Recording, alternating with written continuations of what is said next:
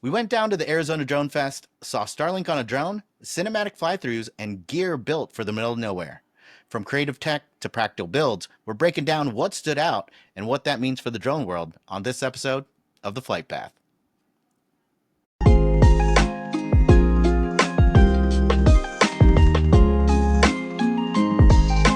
Hey, everybody, welcome to the Flight Path Podcast, SDI's podcast about the expansive world of drone technology. I'm Christian Sakara, your host, and I'm here as always with, well, I guess not as always, but with Steve, the co-host, Steve Ross, Director of Marketing. Say hi, Steve.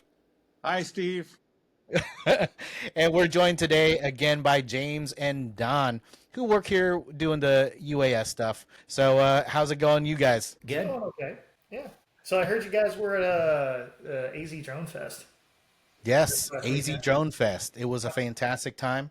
Brought to you by US Drone Fest and Aerospace Arizona. But it was awesome. Don's been there 17, 20 times, something like that, or four or five times. Just a few. This is my second one. And I'd have to say this one was better than my first one.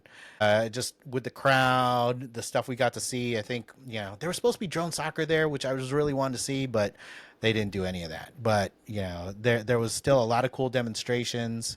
Don, what'd you think about the event? Well, this is, I think, fourth or fifth time being there. And when I first came there wasn't a lot of, drone flights. It was just kind of simple stuff laying on the table. But, it was nice to see some local vendors come out to the spot and see some of the new technology that's actually out there and being developed by these local vendors. And this is the first time that I actually saw Starlink on top of another drone. And the purpose of that was to take it out to the interior of Alaska and still get, coverage that way. So I thought that was very unique, and that was the first time that I saw it, especially being to these other, CUAV events, AUVSI. I never saw anything like that, but, that guy was pretty ingenious with that. So if you wanted to play Call of Duty, in rural Alaska, you could just fly that drone out there, hook up your Xbox, good to go. Yeah, wait, can you explain that more? Why do you need the Starlink on a drone and not just on your backpack or on your camper? Yeah, so most drones that are doing surveying, mapping, search and rescue, that sort of thing, they need GPS, right? And they need satellite internet link. And sometimes in those rural areas, you don't have all that coverage. So the Starlink, as you guys know what Starlink is, it gives you that coverage in those areas where you can't get coverage. So you have one drone with the Starlink attachment that is basically feeding other drones in the area? Is that how it's being used? Think of it like this way, if I can take a bout at this, Don. Yeah. So imagine you're out in out in the boonies a bit. You don't have LTE connection, your phone says no service, and you're kind of out of luck with getting any calls out or anything like that. I don't need to imagine. I live in Central Florida. I know what that's There you like. go. Perfect. So this might come in handy for you. So imagine now you're trying to fly a drone in a place like that, but you can't just rely on the radio connection, because the radio connection only takes you to, or allows you to, fly so far. Well, communicating through Starlink is just an extension of communicating over the internet, which drones are allowed to communicate over LTE, 4G, and so forth. So Starlink adds that capability to communicate with using the Starlink infrastructure to allow essentially command and control structure anywhere where there isn't already, or even where there is, maybe just at a better bit rate or transfer data rate, essentially. So it enables you to fly where you might not have been able to fly before. Or, for example, in Alaska or Antarctica, where it's really cold outside and you don't want to necessarily be outside, within radio line of sight, you could command and control a drone from a dock in Alaska while you're sitting nice and comfy in a beach in Florida, for example. Is the Starlink that good now that it can go all the way to space and back and be, responding quickly enough if you have an issue? I just looked up Starlink yesterday because my brother, we play Call of Duty online, and he's always having these internet connection problems. Like, his latency is terrible. So I was like, and he was like, this used to not be this way. I was like, well, you got to, upgrade your internet. Have you looked at Starlink? He's like, yeah, I have looked at Starlink, but it's pretty pricey. And I'm like, well, it is kind of pricey, but the subscription service is close to what we're paying for normal internet, so you might as well invest in it. And the latency is comparable to what is currently out there, so that's awesome. Just to give you a comparison, so back in 2017, when Iridium, which is a satellite network that was introduced for communicating with drones over the horizon. So, for example, someone over in here in the United States could see a drone flying over in West Africa or Europe, for example, as long as they have the satellite connection for it.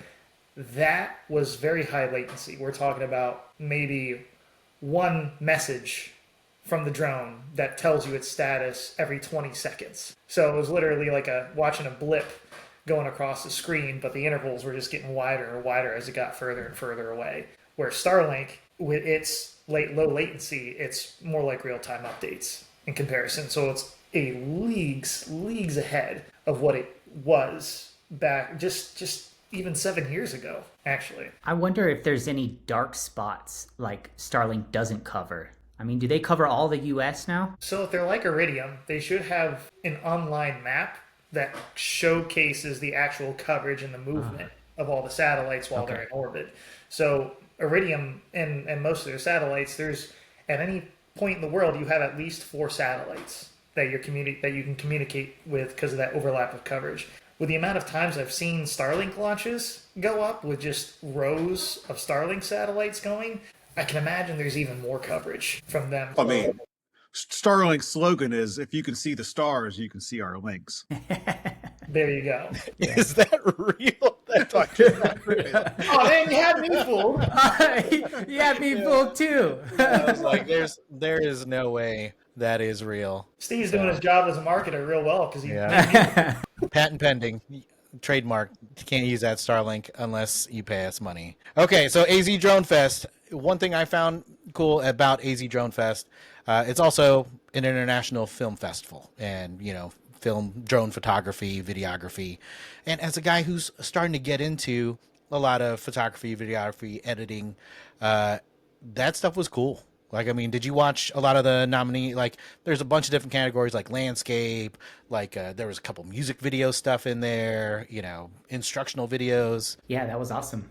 Yep. People getting recognized. Was it all like landscape kind of style shots? Or no, there were some like construction sites, some like city tours, but with the different categories, you got to see, I think it was like 5 nominees of each, and then they showed the winner. So, well, they showed the videos from all the nominees and then announced the winner, and if the winner was there, they'd give the trophy. But it was cool to see the different things you could do with the drone.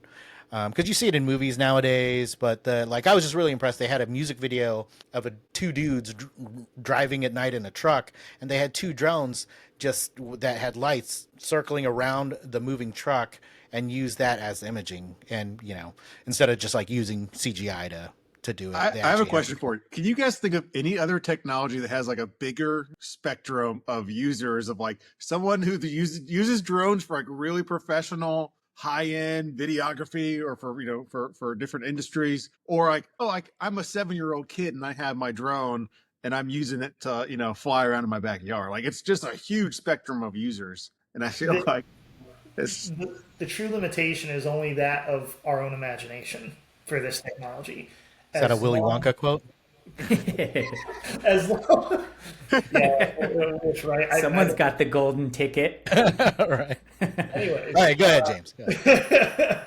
But it's the idea. Now you guys got me all messed up. Thanks. But in any case, the idea is that as long as you have the knowledge to do it or build it or make it happen, or even just the creativity, you don't even necessarily need the knowledge, just the creativity to know how to use the tool or what you can do with it. It really is that expansive. Now, I'm curious, on the Drone Fest side, were there any like FPV videos of like people doing fly-throughs? Like some of these videos, have you guys seen those videos online where they're like an advertisement for a business and they started the entry and they're flying through and they're coordinating where people are and everything? Well, yeah, like for real estate. Real estate does that all the time. We worked with a guy. His channel is called Flexi FPV. He has some incredible ones of roller coasters, and he's done a lot of casinos in Vegas of flying through.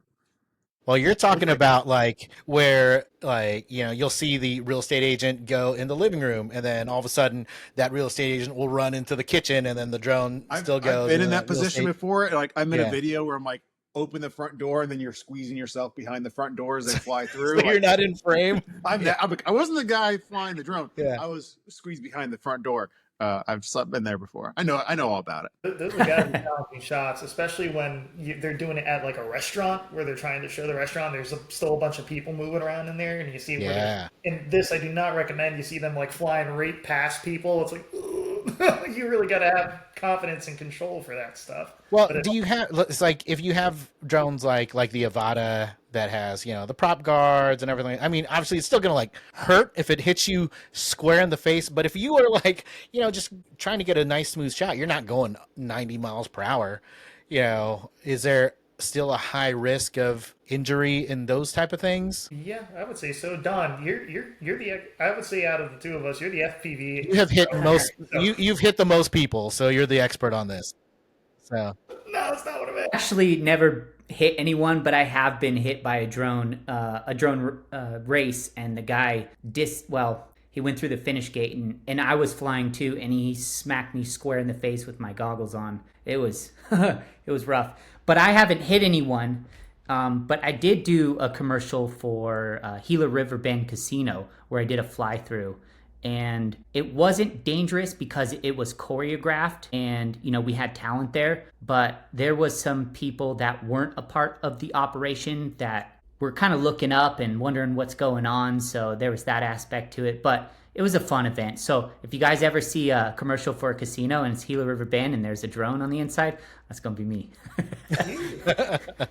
That's cool. Yeah. And then there's the drones that can carry like those big cinematography cameras. There's ones that can carry small cameras that come out with pretty good quality. And then like sometimes you'll see small ones, even like smaller than that, where like if they run into someone, yeah, you'll still feel it, but it won't necessarily hurt. And that's a tiny whoop. You got one of those. So these are nice to practice with in those small environments and film and practice flying through. But really, this camera is only for viewing. It's not for filming. Trust me, you don't want this kind of quality camera showing up on YouTube.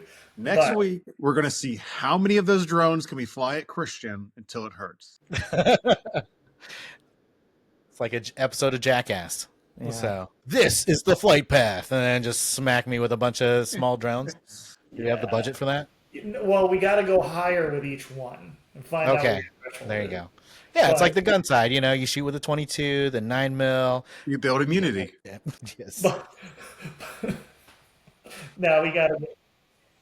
We got to get one of those gelatin dummies and do that instead. Actually, there was a test done by some universities of drones of different capacities, weights, sizes being run into wings of an aircraft. Yeah, kind of like Flight Fest. Yeah, something kind of like that, but it was definitely more research based and Kind of like LA with the drone and the plane. Yes, but in a controlled test environment, the plane was on the ground, and what they were doing was they were trying to see, okay, at what weight, at what velocity, and like what kind of material actually pierces and punctures a wing to the point where it's a problem to continue flying, or obviously you want to land right away if it punches a hole in the aircraft. You really don't want to put that risk out for sure. Yeah.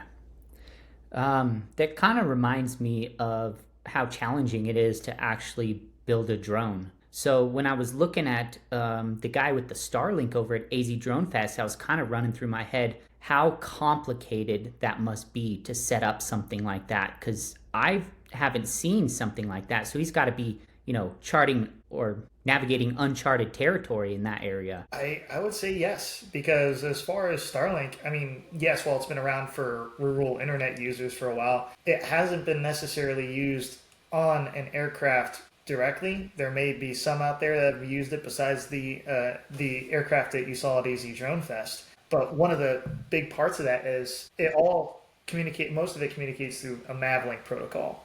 It's something that allows drones to communicate with one another. But to make it work and integrate it over what Starlink uses, that's a whole nother step. That's a whole nother consideration. And then what's the additional cost of operation? for that drone now because you have Starlink on there and you're not just using a radio signal as well. Yeah, you got to pay the subscription service too, right? Yes, exactly. So the cost of operation goes up with the overall cost of the aircraft. And then add your Netflix subscription on there. It's just like one subscription after the other. You know what? That brings up a good point, because if you got something smart enough to run Starlink and it can handle that bandwidth, you just put a touch screen, like an HDMI touch screen, on the drone, and there you go. You have it land, and you got TV anywhere on demand. There you go. Okay, so one thing I saw. Oh man, Okay. hold on. This is gonna be a great idea. You know, obviously, have you guys seen the drone sky shows, like theme parks and things like that? I want a 1,000-foot screen made out of drones that act as a TV screen for my Xbox. Can it be done? Are you willing to pay $2 million Whatever it costs. to be able to view it for 15 I minutes at a don't care time? what it costs. I'm wondering, can it be done? Well, have you asked Santa Claus? No, I'm asking a serious question. In theory, could you, like the drone shows, like they move things around? Yes. Could you have it be mapped out where it basically is a giant floating TV screen made of thousands of drones? So And each one has, a red, green, blue light on it, type of thing. It is like basically a tiny pixel. he's onto something, Don. Yeah. He actually is. Yeah. But so they Patent have pending. Say patent pending. That way nobody Patent can steal it. pending. patent Yeah, pending okay. drone TVs. Any case, the sky is the limit of your space. Anyway, You understand what I'm talking about? Like each drone is a pixel. Yeah, of, like, the because- TV in it. television works off of RGB pixels. If you got enough of them squared together, it should work. The only issue is the size of the drone is always going to be bigger than the size of the pixel. So if you want those pixels so close together where there's seemingly no space between them, you're going to have a very small drone or drones that can literally interlock in flight, which do not recommend, because if one fails, Your whole TV is gone. Yeah, I think it's not Don is like over here coding it up right now. He's He's like, oh, I got this. Yeah. No, he's like stealing Steve's idea. Pat, we Put this. Yeah. You He's could actually even applying do for it- the patent right now. I would even you could even do it like 3D, like have like the characters in the movie or the show or game like 3D mapped out. that's what they do already, though. So And we're gonna do this. We're gonna tie it to like one of those body suits that have like the sensors in it. So the drones, as I think- move around, as the actors move, Steve has jumped you the can shark. control the drone body. Yes. I gotta go. I'm gonna go make He's- this right now. Yeah, that's why he's the director. He's the ideas guy. So It's better than the other. I have another idea that I'll save for later. That okay. is directed Bring it back down to They're earth, James. publicly James, for tell our us. listeners to be able to take Okay, here's the question I had. So at AZ Drone Fest, and I've seen these, at other shows, but what dictates whether I have just a regular, I'm going to control it on my cell phone or a small controller remote, or the big briefcase controller things with the joysticks and all that? Like why would I have a briefcase with joysticks as opposed to just, a controller them hanging around my neck? Why would anyone have a briefcase with joysticks? I mean, that's That what it just was. seems so there was cumbersome. is it an ag thing? Is there an inspection thing? Like I've seen it at other setups. So Yeah. Believe it or not, there was systems in the past that had joysticks in a briefcase with a screen in the middle. And essentially what it wasn't also just joysticks. I mean, they had full yokes, like what you would see for like flying a simulator aircraft, like a single yoke stick to maneuver and control.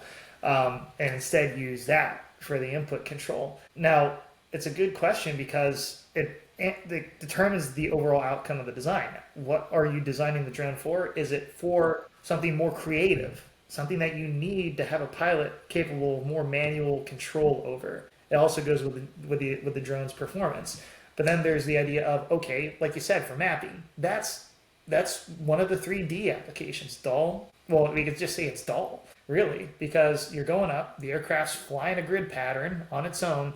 You really don't need to fly that manual. The drone does it on its own when you build out the flight plan for it, load it to the drone, arm the aircraft, and tell it to proceed with the mission. Now, you can still take manual control over the drone. You always want to have that capability in emergency situations or let it follow its fail-safe procedures. But, yeah, for something like mapping, it's that a laptop out in the field with communicating to your aircraft, it's perfectly fine.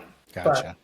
like as we were talking about the cinematography part earlier, you can't do that from a computer. You have to do that from the control input, either it be a touch screen or it be something that is manually controlled by a transmitter. I mean, there's even small ones like this.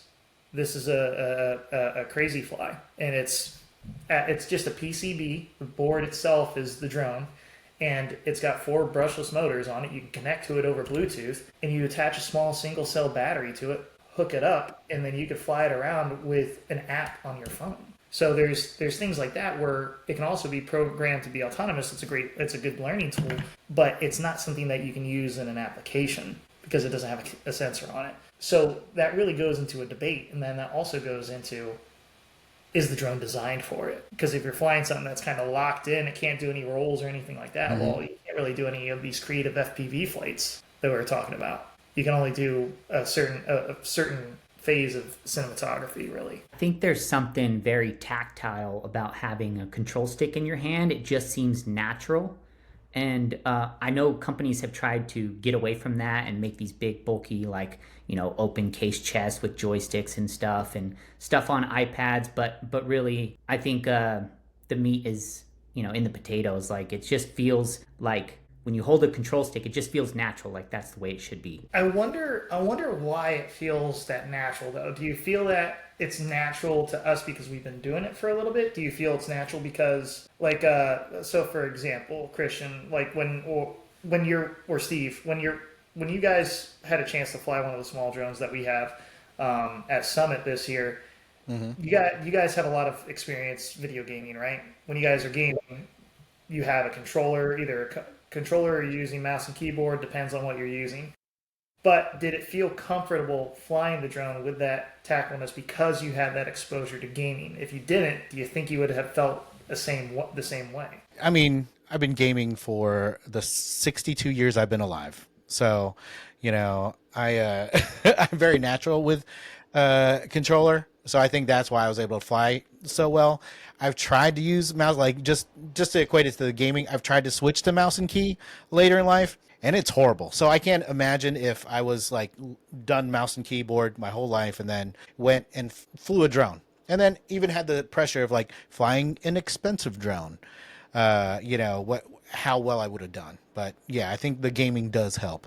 I think it's like that chicken before the egg thing as well. Like, is the video game controller extremely successful because it's human nature to just be able to use our hands to control something, or was the controller made because of our hand styles and connection to our brain, or a little bit of both? So I think there's a mix there. Like, yeah, we can pick it up easier because we grew up playing video games with controllers. So yeah.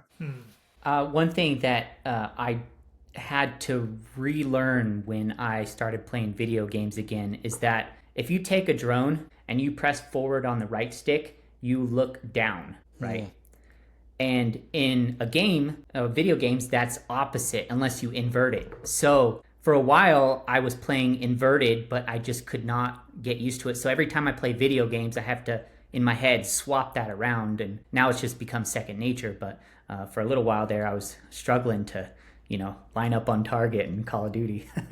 So when it goes into, when you're designing the drone and thinking about the user interface, back to the question that Christian posed, it's a matter of what do you perceive your audience? It's almost impossible to know exactly what their background exposure is to the kind of control that you want to have built out to command and control the drone. So for example, there are ways to do it and address both approaches. Everyone knows DJI.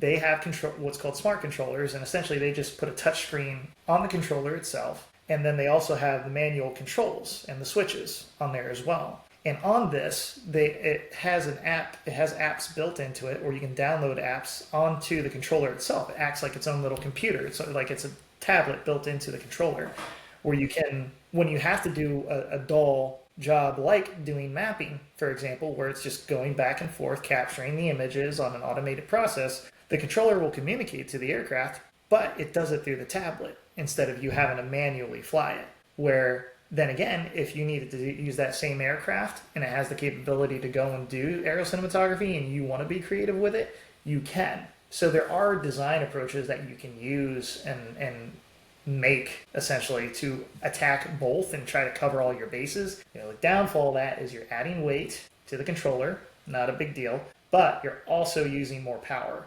So if you want to be out somewhere and you're worried about keeping this thing charged, like for example, DJI controllers without the screens on them for DJI Inspire 1 could last 8 to 10 hours, no problem, without a charge. These new ones, 3-4 hours at most, but they did also create the capability to add a swappable battery pack on the back of them. So if you get low, you can swap it out and keep going throughout your day. The other thing is that you just still have those additional pieces that you need instead of just having the controller itself to keep it going. So well, that brings up a good topic. So when you and Don are like doing like a contracted job to, and I guess it's gonna depend on the job, but what's in your basic kit? Like what do you bring for just like a basic, I don't know, what is a basic drone job that you guys do? Well, I guess it depends a lot on the application of what you're doing, whether it be cinematography or construction surveying. But let's just take cinematography, for example. Yeah. What's in your usual kit? Obviously, you have to have the drone, right? You got to have the drone. You got to have batteries to get you through the day, a charger just in case you do have power and you need to stay a little bit longer and you need to charge some batteries. Got to have your radio controller. And then, I was always taught 1 is none and 2 is 1, right? So you always bring up backups, a backup drone just in case that doesn't work, backup radios, backup batteries, backup everything. And you can't forget SD cards, right? Formatted SD cards, got to have those. And then the other I can think of is an inverter for the vehicle in case you can charge it that way.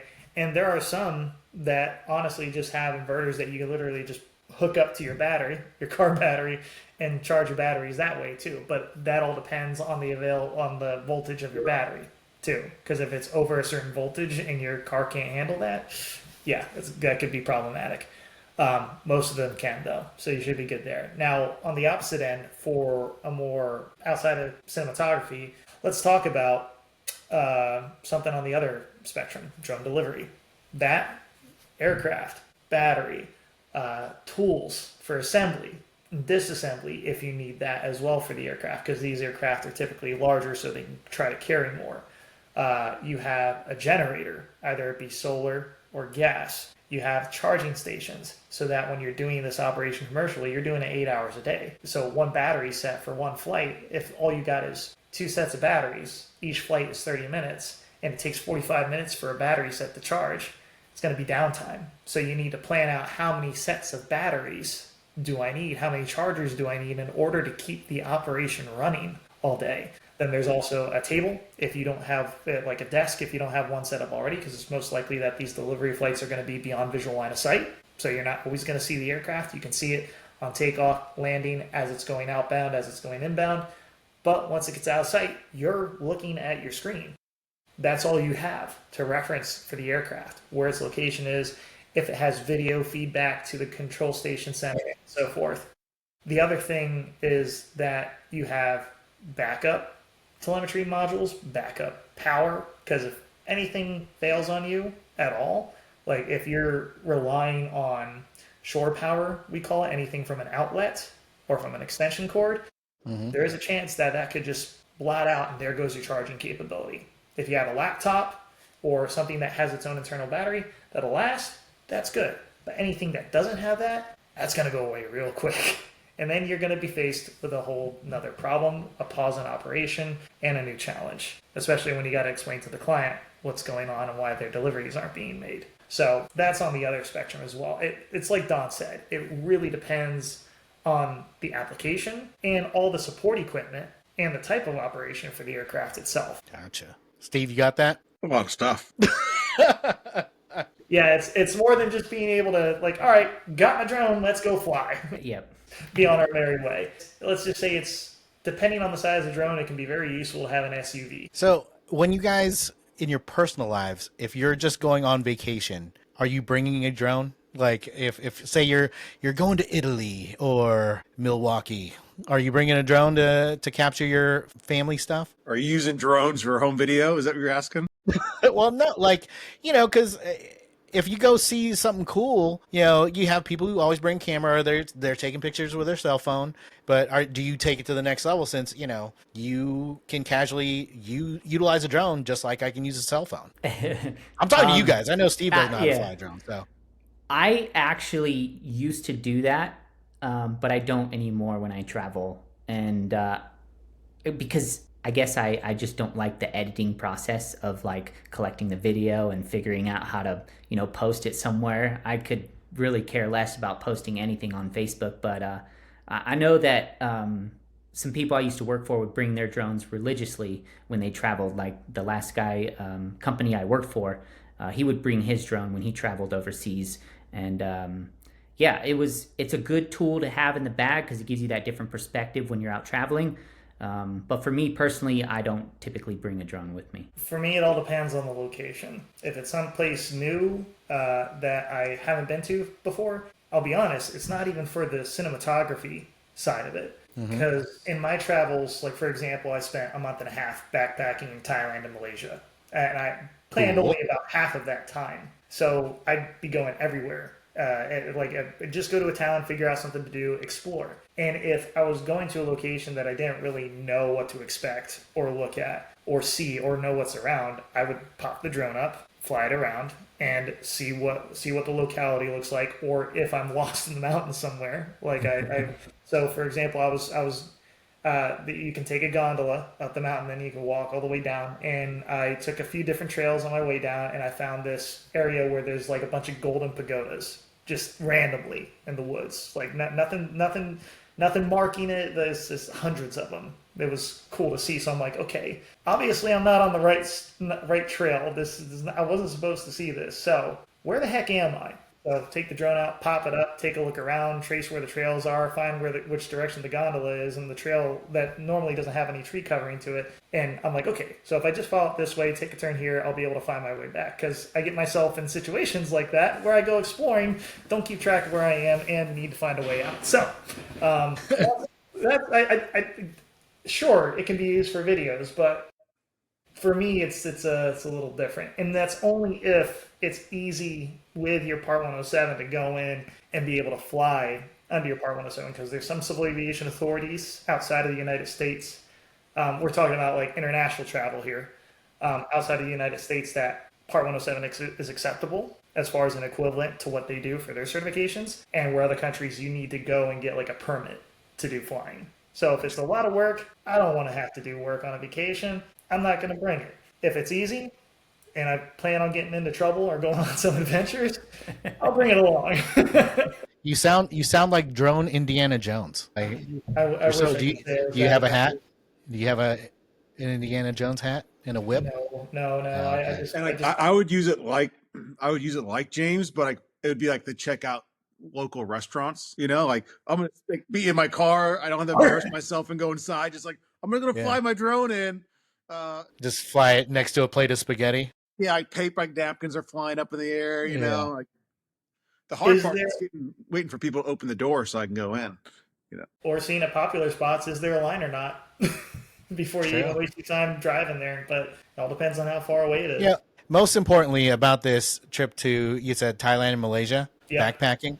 Yep. Did you find yourself? Is that why? Did you find out who James McDaniels really is? I found out a lot of things, but I'm sure it wasn't Live, laugh, myself. love, or eat, pray, love, whatever, No, whatever it is. no. Is that what you did? No. It was the first time traveling outside the United States. I heard it was the best place to go for first time travel. So I decided, hey, let's Hail Mary it, go and, see what little life experiences I can have. And oh boy, there was some life experiences, like getting lost in a mountain. But in any case, Yeah. found my way back. Didn't need a rescue team for that. So that was fun. But yeah, it was a fun trip. Recommend that nation to anybody to go and visit and have a good time. Don, other than Gila River casinos, what's the coolest place you've flown your drone? Let's Or what see. I would think the coolest, because I know that's relative, but cater to me. What's the coolest place? I flew in Sedona before. That was fun.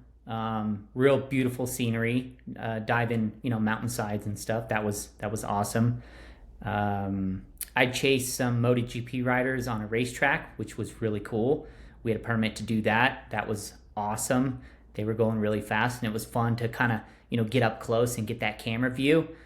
So that turned into a project in itself too. But I haven't flown anywhere cool, but I do have a bucket list item. And Okay, what is before it? before I die, I want to go to the Swiss Alps and I want to fly my drone down a mountainside. And I know it sounds weird, but I want to wear the wooden clogs and eat chocolate.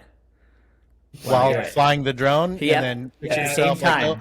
go Yep. past the Ricola guy, and Yep. then film yourself. Yeah. Okay. Eventually, weird. one of these days, I'm going to do that. you, you see these videos of people doing ridge soaring with FPV fixed wing drones, Yep. and it's the closest way. It's the closest you can feel to being an actual bird, where you're flying around and just diving or flying up and flying around these mountains. I don't know. I did a VR where I was an actual bird, and they I was lay gonna you say, I down don't in the little know. machine. Wait, Yeah, what? in Vegas. In Vegas, they have at area whatever 15. They have a little spot where you put the VR goggles on, and they put you in this like bird lay down table, strap you in, and then you're a bird. And Yeah, so but have you you ever know ridden on Sonoran at Epcot? That's No. pretty close too.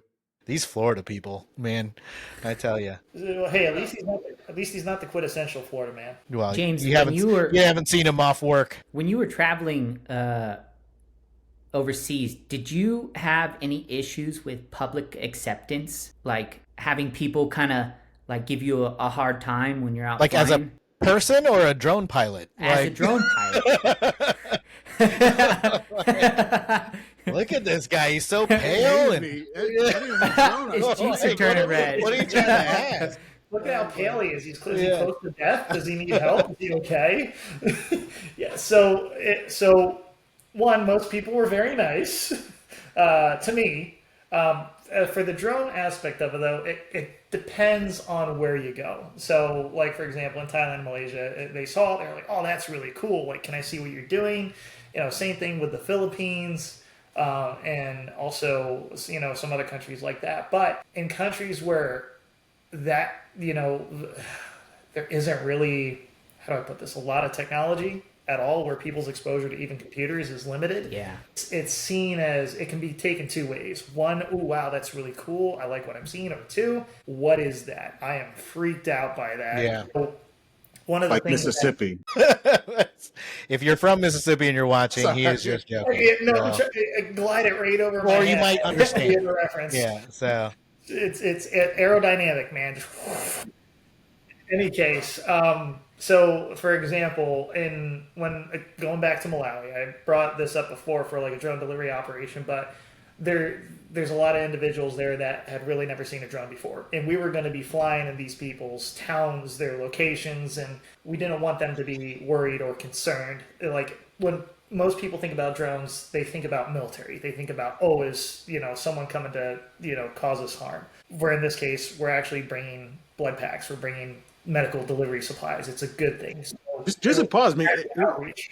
It was only a couple months ago that America was having that same worry of threats of drones in the air too. So it's not, I wouldn't say limited to regions or areas. but we know what drones look like. He's going to villages that do not know what a drone like people looks here like, were yeah. still saying it's aliens, Yeah. So True, you got a point there. Like for example, I was in Papua New Guinea for 2 to 3 weeks. James is so well traveled. It's the cool part about being in the drone industry, because when you're building out drones, it's not necessarily just something that's going to be used in the United States. It's a useful technology all over the world. So you get the opportunity to travel and see these cool places. Although Papua New Guinea, I have some stories about that make it seem otherwise. It's a nice country, great people, but same thing there. First time seeing a drone, I mean, they see aircraft flying. They're normally big because that's how they mainly get supplies around the country, believe it or not. But when it comes to a small drone, like actually landing in a village itself, that's a whole different story. So that was seen as like, believe it or not, a form of witchcraft. until someone is able to come there and say, hey, this is technology. Look, there's on that one, we didn't have a camera. No one's trying to spy on you from the government or anything like that. It's about that public facing front and building that trust as well. And it goes back to what you were saying, Steve, of like, in the Northeast up here, there's a huge drone scare, and then there's still concerns about it. Now, the statement that came out is that it was FAA approved operations being tested. The government was spying on you, probably, allegedly. Well, think of it like this. There are more drones out there than small drones. There's air taxis being developed, air taxi drones that are the size of a small car, which would relate to people reporting, hey, I saw a drone that looks like the size of a small vehicle. But then again, there's also aircraft that people sit in and fly that are the size of a small vehicle too. So it creates, once people get excited and start making these reports and start making these claims, as I said, aliens, drones, all this, like flying cars, all this other stuff. Oh, yeah, it's Russia spying on us, things like that. People get more attention and they try to get involved in some way or see it for themselves because it's flying over a large area, or all these drones are flying over large areas. So everyone's going to go out and look and see if they can see anything. So there's individuals that see that. There's hobbyists that want to take advantage of the fun and say, hey, let's go make people think that there's more of these things flying around, right? Bad actors, as we can call them as well. And then there's just individuals who don't necessarily look up a lot in the first place. So when they see lights from the recent news, they assume it's a drone where it could just be a plane at a high altitude. Mm-hmm. So there's tools out there for that. I was on a few interviews myself talking about those tools that people can use to look and check and see if they're a drone or an aircraft themselves. But it's about educating individuals, just like we did in countries where they didn't have exposure to that. So my question to you guys is this, though, going down the tinfoil hat theory series. Why do you think it was after the fact that it was stated that the FAA approved flight operations, where it might have been better, even though people know about drones, to do what we did over in other countries and have community outreach, make notices, tell people, hey, these things are going to be flying around. Don't worry, they're doing it for this reason. They're here for a good purpose, sort of deal. People are crazy. You've seen the recent news of the Tesla catching on fire. Man, if you actually gave them the truth, there'd be some crazy people out there trying to start something. So they got to keep under the wraps for a little bit. Yeah. News about Tesla on fire. So there was Tesla news in January. Some bad news with Tesla related vehicles. What's going on now? Well, I don't want to bring up politics. Let's not do that. I mean, everyone knows politics podcast. Everyone knows the government is employing wizards to fly drones to spy on us. I knew this was going to go. What I'm trying to say is that if you James knows all about it, if you gave the truth right away, what was really happening, then there might be a public scare, right? So they got to kind of hold back a little bit and figure out how they want to deliver the information. Yeah.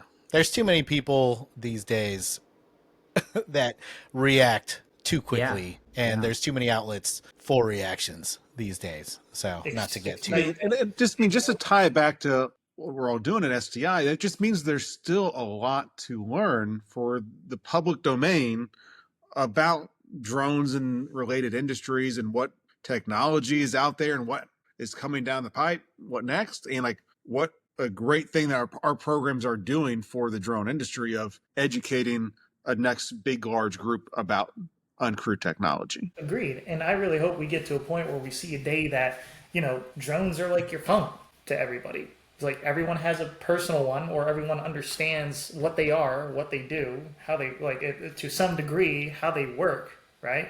So by doing that, we create more, ease of understanding, because whenever we learn something new, it goes right in the term. It's new. We don't know a lot about it. It can cause confusion. It can cause concern, worry. It's a change. That's natural and on a psychological standpoint. So hopefully the more we teach, the more we learn, the more we go out there and teach about drones, not just to our students, but also the community in general. Go ahead. No. Keep going. I was just signaling that we're going to end the podcast, but that's cool. I was going to try something new.